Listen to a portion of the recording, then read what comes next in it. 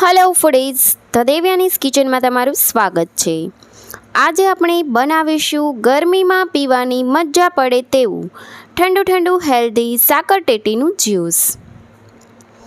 સાકરટેટી તો તમે ખાધી જ હશે, પરંતુ આ રીતે તમે એકવાર જ્યુસ બનાવીને પીજો, ખરેખર ખૂબ જ ટેસ્ટી લાગે છે। અત્યારે માર્કેટમાં ટેટી જેવા જ જામ પણ આવે છે, પરંતુ આ રીતે જે લીલી લાઇનિંગવાળી દેશી સાકરટેટી આવે છે તેનું જ્યુસ એકદમ સરસ ટેસ્ટી બને છે। તો જો પોસિબલ હોય તો તમારે આવી જે લીલી લાઇનિંગવાળી ટેટી આવે તે જ લેવાની। તો ચાલો આપણે ફટાફટથી બની જાય તેવું ઠંડુ ઠંડુ સાકરટેટીનું જ્યુસ બનાવવાનું શરૂ કરીએ। સૌપ્રથમ અહીં મેં 1 નંગ મીડિયમ સાઇઝની સાકરટેટી લીધી છે। અહીં આજે આપણે 1 ટેટીનું જ્યુસ બનાવવાના છીએ। હવે આ ટેટીને હાથમાં લઈ ચપ્પુની મદદથી આ રીતે ઉપરથી થોડીક કાપી લેવાની છે। હવે ચપ્પુની મદદથી થોડી ટેટી કાપી લઈશું અને હવે ચમચીની મદદથી તેમાં રહેલા બીજને આપણે કાઢી લેવાના છે। હવે આ ચપ્પુની મદદથી થોડી છોલીને ચમચીની મદદથી ઘસીને બધું જ પલ્પ આપણે બાઉલમાં કાઢી લઈશું। આપણે ટેટીના જ્યુસને આ ટેટીમાં જ સર્વ કરીશું।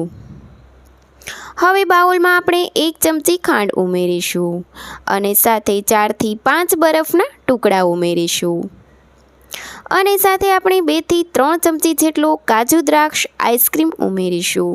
તમારી પાસે વેનીલા આઈસ્ક્રીમ હોય તો તે પણ તમે ઉમેરી શકો છો, અને જો આઈસ્ક્રીમ ન હોય તો તમે 2 ચમચી મિલ્ક પાવડર પણ ઉમેરી શકો છો। હવે તેમાં બ્લેન્ડર કરી લઈશું। હવે સરસ રીતે બ્લેન્ડર થઈ જાય એટલે તૈયાર થયેલા સાકરટેટીના જ્યુસને આપણે આ ખાલી ટેટીમાં સર્વ કરીશું। આ રીતે ભરી હવે તેની ઉપર આપણે ડ્રાયફ્રૂટ સ્પ્રિંકલ કરીશું અને સાથે તૂટી ફૂટી સ્પ્રિંકલ કરીશું અને તેની ઉપર 1 ક્યુબ આઈસ્ક્રીમ ઉમેરીશું।